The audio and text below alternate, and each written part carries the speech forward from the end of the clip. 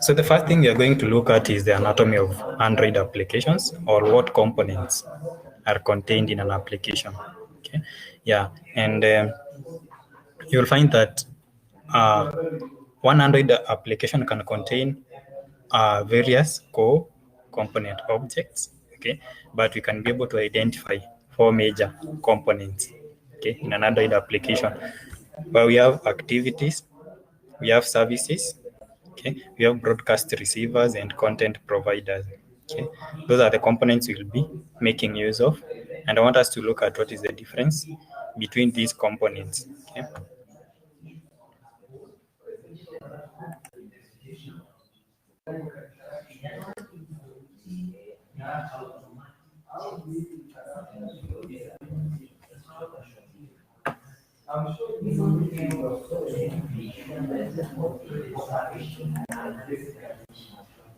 So we are going to start by looking at activity class. Okay, so you'll find that most of these components will be classes, will be Java classes. Okay, but maybe in my next lesson, I'll also be trying to teach you Java language, since I understand you haven't done any object-oriented programming language. So I'll be trying to introduce you to Java programming language so that you can be able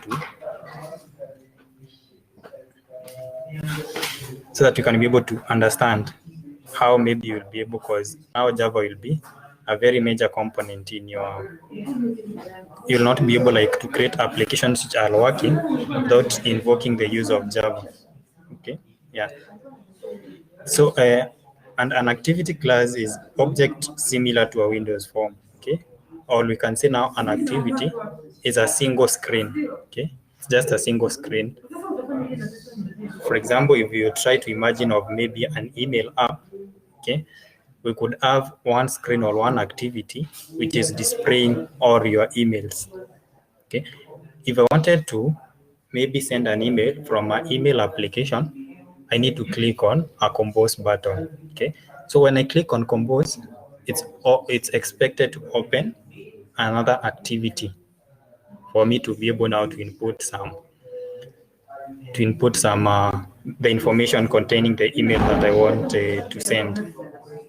Okay, so you'll find that a typical Android application will contain one or more activity objects. Okay, yeah, and applications must designate an activity as their main task or entry point. Okay, yeah, so in your application you must have your main activity, okay, or the activity that will be loaded by default when a user opens your application. Okay, then now to switch between one application to the other, we'll be using something we call intents. Okay, yeah, intents now provide inter-process communication, okay, between the activities. For example, maybe from my home application I have a button for maybe sending a message.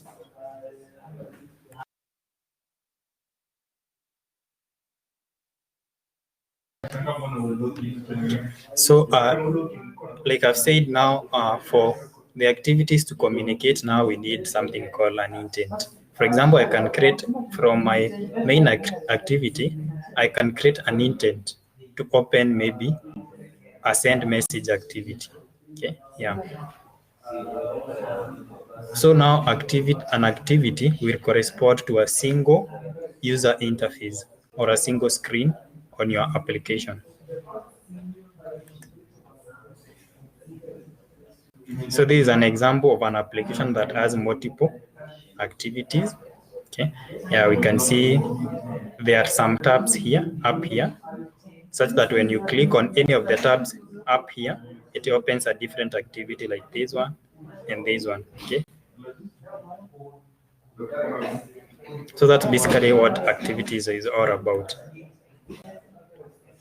Then we have another component we are calling a service. Okay, and a service is nothing but a special type of an activity, just that this time the activity doesn't have an interface. So in this case, we can say that service classes do not have a visual user interface, but instead they run on the background. Okay, they run on the background to perform some secondary services. Okay, yeah. So for example, I could have a music player. Okay, yeah. So I don't need to be in the music player to listen to music. So that means the action of playing the music can be done at the background. So in that case too, to achieve such a functionality, you'll need to make use of a service. Okay. For example, here, the example that you have given here is your background GPS service could be set to currently run in the background, detecting location information from satellites. Okay. For example, if you consider those applications which are location based. Okay. Yeah. So they'll make use of the GPS activity which will be running in the background. It will only be giving us updates so that we can now use it depending on how we want.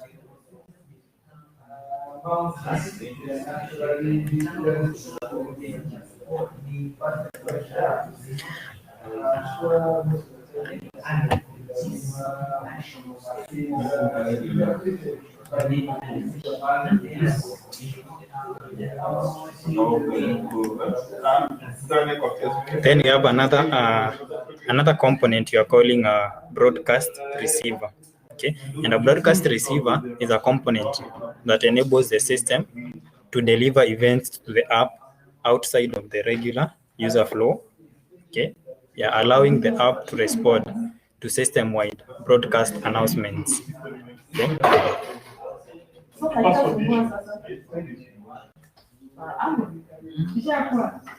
So in this case, in terms of the broadcast receiver also do not have a user interface. Okay, yeah, and from the word broadcast, what we mean is they will be sending their messages to the whole system. Okay, they'll be sending their messages to the whole system. Then now an application that chooses to receive that message will now decide what to do with it. Okay, yeah.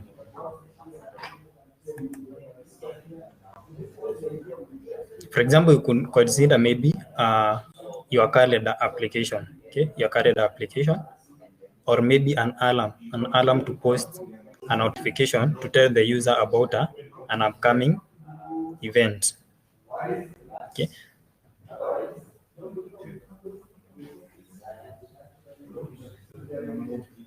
Okay. But now in this case, you'll find that most of the broadcast receiver, they usually originate from the system.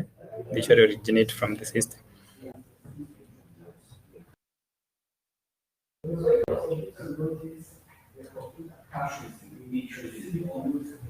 For example, maybe let's say you receive a text on your WhatsApp, on your WhatsApp application, but you are not inside the application. Okay. You receive that message. You'll receive a notification on your notification bar. Yeah. So now to achieve such a functionality or to send a notification to your users, you'll need to make use now of broadcast receivers. Okay.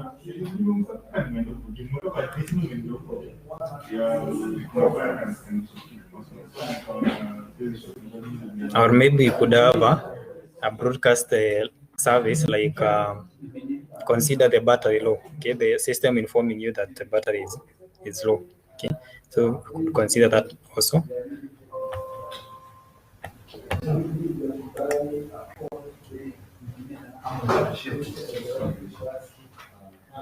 Yeah, I think, and you can have an image, a visual image here of trying to display to explain what a broadcast receiver is.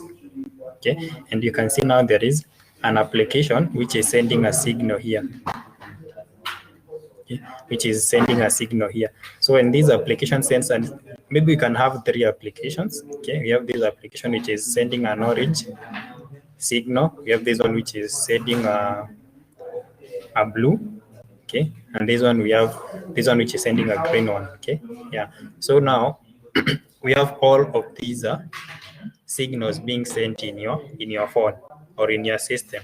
Okay, now your app, you'll have set it which type of a signal do you want to filter. So we can see now there is a method here which only filters which only accepts orange signals. Okay, yeah. So in that case, the broadcast receivers now will depend with the app we are sending it to all the apps in the system, but now the app itself, it's the one which will determine what do I need and pick it from all the broadcasted signals.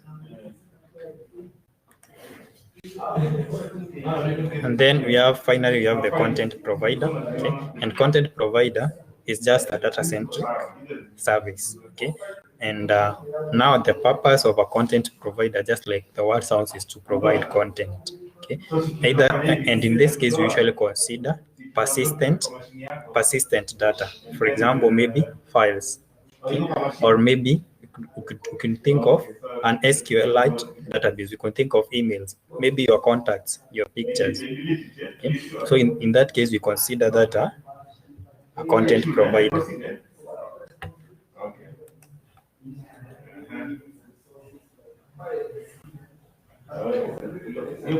So we can say basically now the content provider is supposed to manage, okay, the shared set now of application data.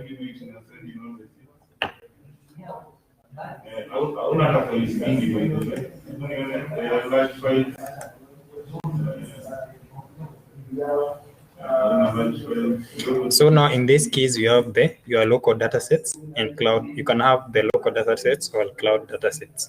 For example, let's say maybe I was thinking of data that I have stored in SQL format. Okay, so I could use locally. I could use SQLite to store that data. Okay, then now my application can always fetch that data by sending a query. Okay, yeah. So for example, maybe your application might require to access some contacts. Okay, yeah. So the contacts are stored in an SQLite database in your phone. Okay, yeah. So I'll only send a query of what contact I want to request for, and the content provider now will send that particular data that I want, as long as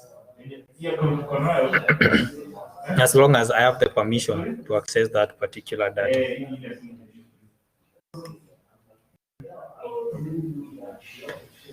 So those are the four components that will make your Android app. Okay. So now I want us to look at the components life cycle. Yeah. So we can say that each Android application runs inside its own instance of a virtual machine.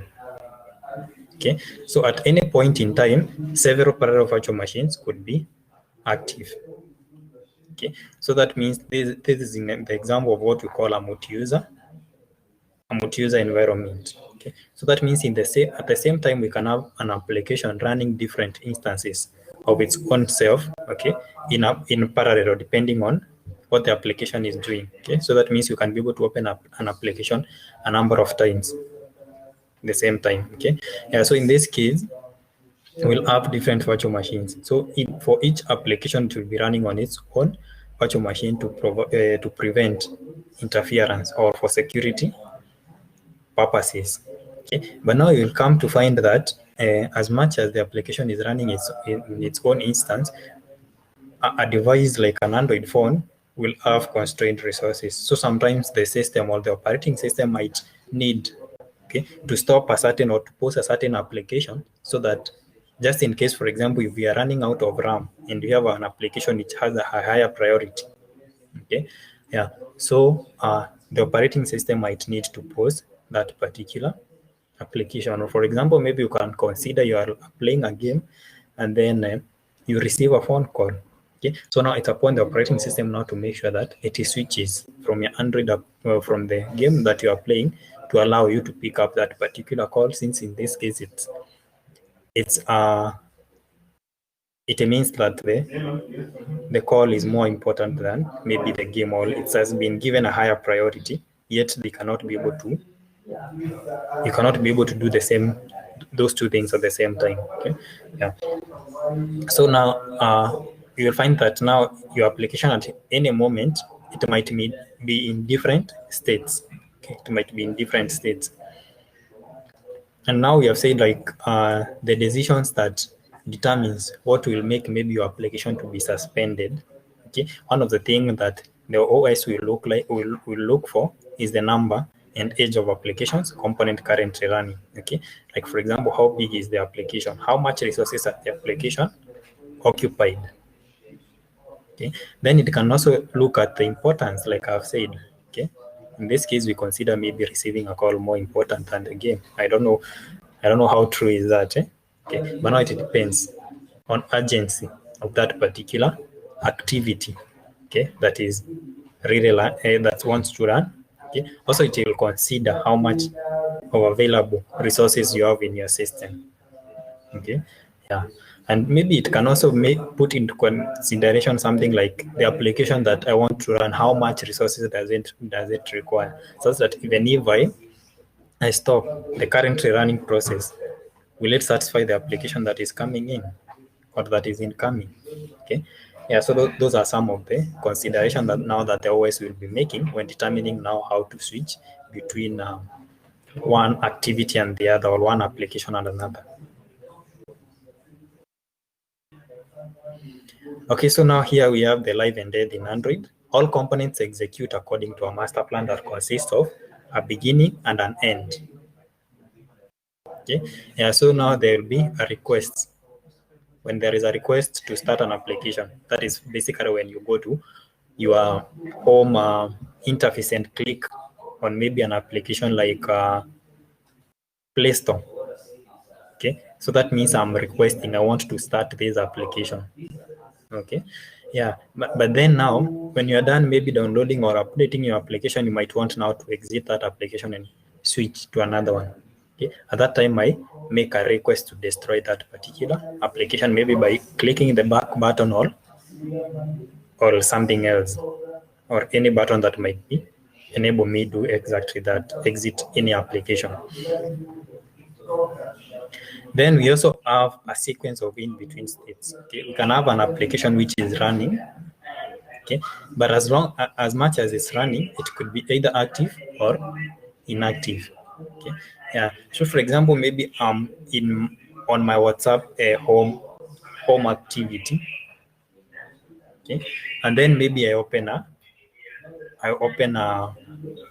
new maybe I click on the new to maybe to send a new message. Okay, so you find that in this case our home activity will still be running. Okay, because in this case you are expecting after maybe sending your message you'll come back to it, so that that particular activity will not be stopped. Instead it will just be set to inactive, or maybe it will be hidden for a while. It will be hidden for a while. Once you are done sending a message and you go back, that means you will be showing the application. Will be trying to look at which methods you can use to maybe achieve that. Okay, maybe to set a component or a component to active or inactive. Also to make a component visible or invisible.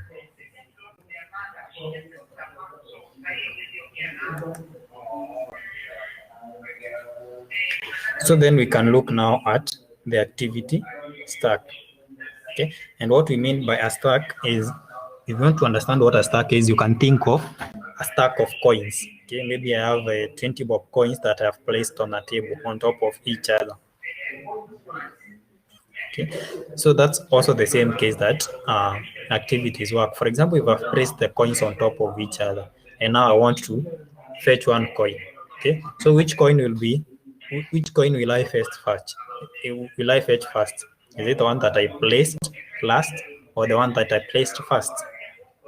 If I have a stack of maybe 10 coins, okay, maybe I've been placing it on top of each other, one after the other. Okay, so if I want to pick one coin from that stack, is it the one that I placed first, or the one that I placed last that I'll pick? Okay, so you'll find that the most convenient way will be picking the one that I placed first. Also, you can think of it maybe in terms of your text messages. When you go to your inbox, which messages do you see first? Is it the one that was sent first, zile za last year, or is it the ones that you have received currently? The same case when you open a thread. When you open a thread, the message that you see is a message that was sent last.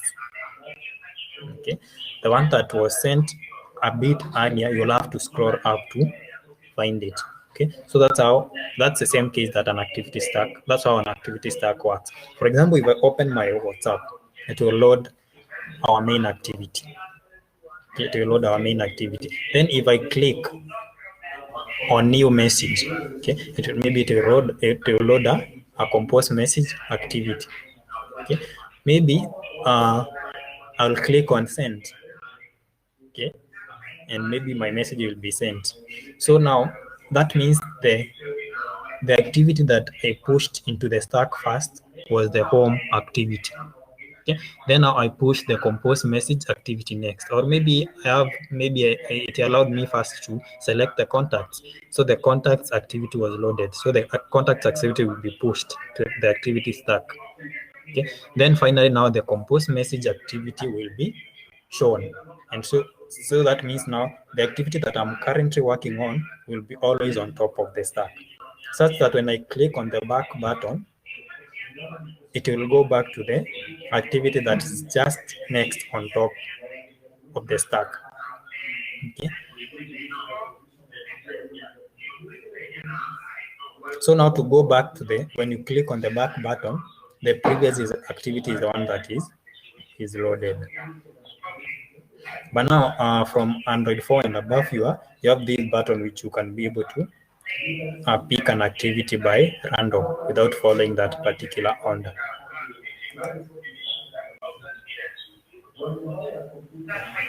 And so this is the stack now that I'm referring to. This is your running activity now. Okay. Yeah, so maybe you can say now this is the compose, this is the contact, this is the home interface, and what have you. Okay. So every time now we click the back button, this activity is the one that will be removed from the stack first. Then this one will be removed until we go back to activity one that we opened first. So now when processing one state to the other, the OS notifies the application of the changes by issuing calls to the following protected transition methods. Okay. Yeah, so at this point, since like I said, you haven't yet run object-oriented programming, you can think of methods as behaviors. Okay, you can think of methods as behaviors. You can think of the interfaces or the components as an object. Okay, you have an object and that is how it behaves. Okay, so for example, if I have an activity called the home activity can either be created, so that's a behavior. Okay, how the activity is behaving. So that's what we are calling now a method. Okay, so we can in terms of behavior now we can have the activity created. Okay, we can start the activity. We can also restart the activity. We can resume in the case where you had posted. We can stop, or you can even destroy. So for you to achieve that behaviors, you're supposed to call these methods. To create an application, you issue a system call we are calling on create. Okay, and remember these system calls are sent to the operating system. Yeah, if you want to start an application now that is already created, you just need to call on start method. If you need now to restart an application that had been initially stopped, you need to call the on restart method. And then you have on resume, on pause, on stop, and also on destroy for the other behaviors that you have mentioned.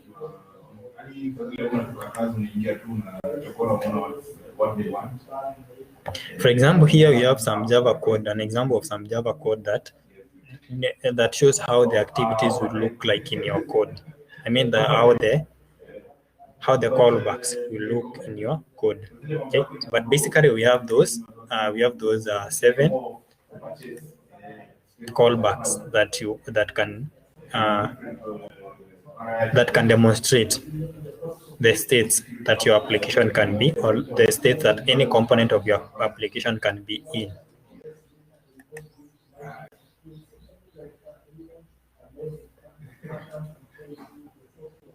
So this flowchart also shows now how applications transition from one state to the other. For example, a new activity, we use on create method or on restart or on resume to make it start running. Okay, yeah. So on creates the activity, on start starts the activity. So that means the activity now will change the state from active or from inactive to running. Okay, yeah. In this case, when your application is running, you can call the on pause method to pause it.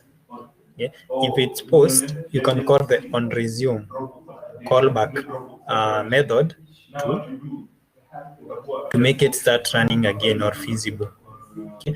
When it's paused, you can call on stop method to stop that particular activity from being paused, and so that means it will be removed from the memory. Okay, yeah. And then we have on destroy to destroy that particular application. Also, when application is stopped, to make it running, also you can call on resume, on restart, or on start callback methods to change its state from stopped to running directly.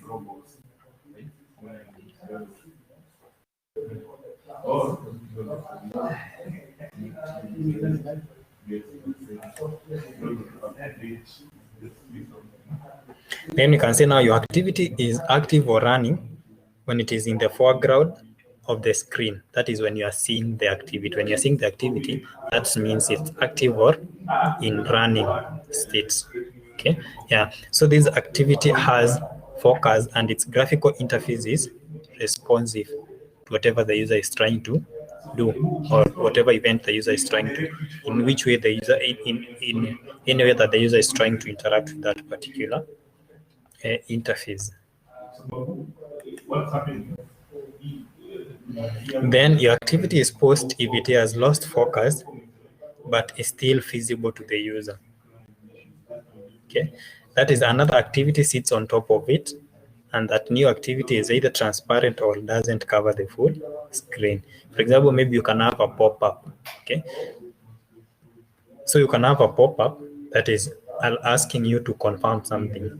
Okay, so that means there is another activity which is being displayed at the background, but you cannot be able to interact with it directly until you close that particular pop-up. Okay, so the one that is on the background is what is the one which is now we are saying is in a post state.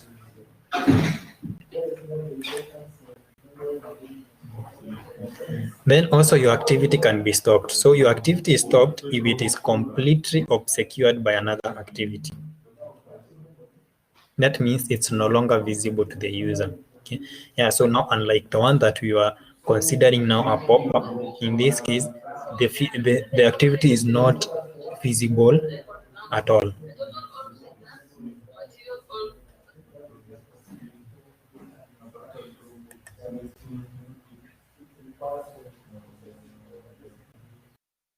So here we have the application life cycle. Okay, create, started, resumed, post, stopped, and finally destroyed. Okay, so you'll find that your application mostly will be moving from those state to the other, though at some point an application can move from stopped to started, okay, or the other way around.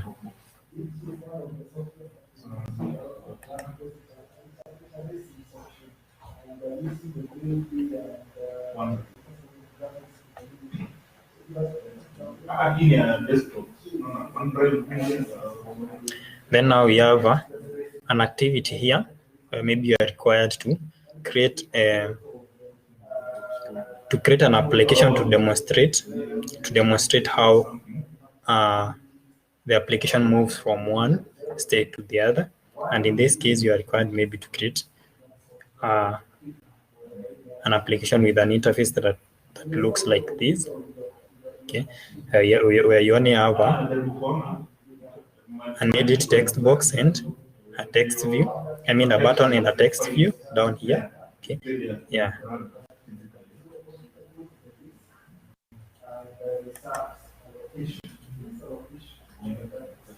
Then now you use the onCreate method to connect the button and text box to the program. Okay. You can make use of a toast. Okay. Your toast is just some text which pops up on your screen. it stays there and it stays displayed for some period of time. Okay.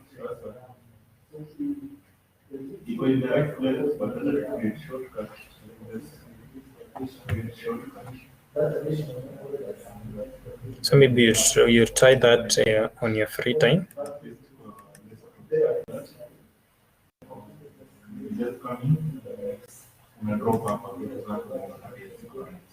So we start coming in T. And then after moving in the synchronous